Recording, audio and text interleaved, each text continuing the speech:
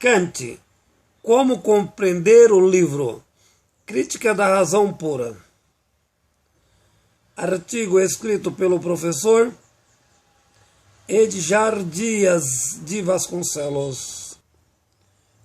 Kant, o maior filósofo iluminista alemão, em sua reflexão O que é a Ilustração, sintetiza a função da nova razão: não iludir por crenças ou ideologias. Portanto, seu desejo, a construção da razão autônoma por meio de fundamentos lógicos. A pergunta fundamental elaborada por ele: o que é que a razão pode conhecer? Com tal objetivo, desenvolveu uma análise crítica da razão, desejando obter as condições nas quais o conhecimento seria possível. Esse trabalho está sistematizado em sua exuberante obra, Crítica da Razão Pura. Em seu magnífico livro, formula duas formas do conhecimento possível: conhecimento empírico a posterior, posterior à experiência. Os dados são fornecidos pela experiência. Antes verificado, este carro é vermelho. Portanto, o resultado do conhecimento é produto empírico. Conhecimento puro a priori não depende do campo empírico, não sendo necessário o uso da experiência, produto de uma operação formal, abstrata e lógica. Portanto, exemplificando 2 mais 2 iguais a 4, duas linhas paralelas jamais se encontram.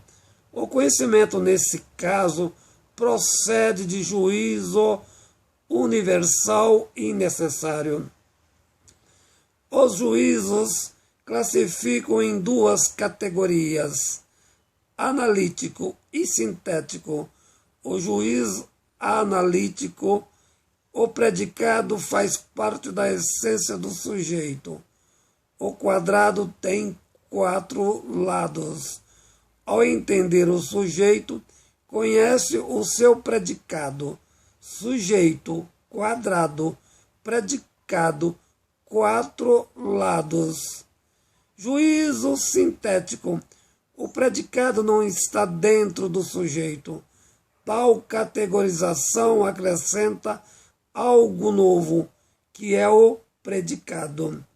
Portanto, o conhecimento é enriquecido.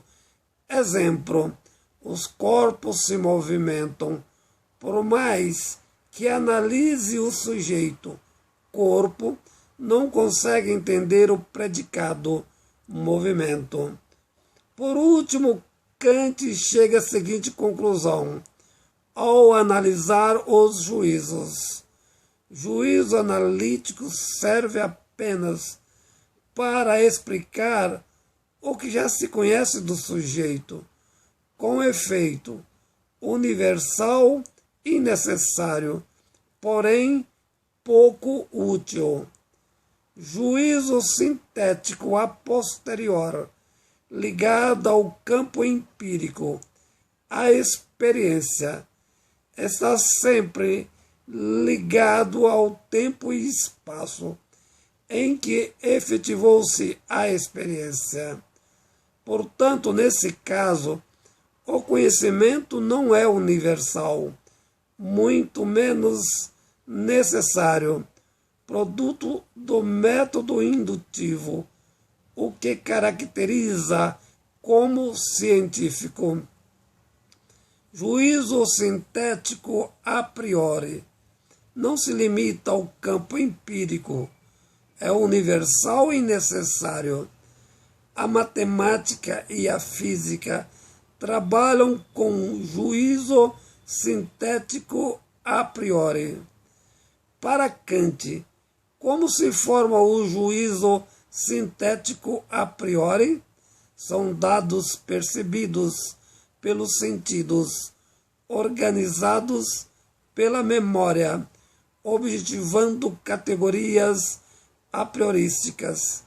Desse modo, o conhecimento é o resultado por meio de síntese entre o sujeito que conhece e o objeto conhecido.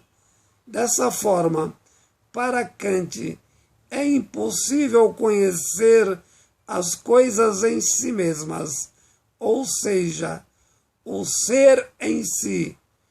Com efeito, só conhecemos o que percebemos das coisas.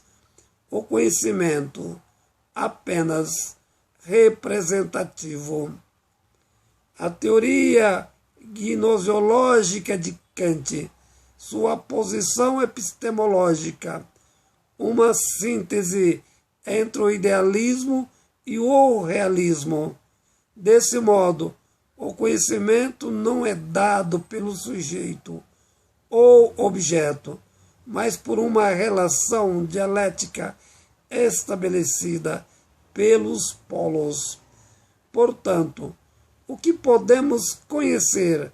Apenas os fenômenos, os objetos tais quais, como eles aparecem para o sujeito, não como os objetos são em si mesmos, significando que o conhecimento, em síntese, é sempre a projeção, pelo menos em parte, das categorias da memória, a partir das formas a priori estabelecido tempo e espaço.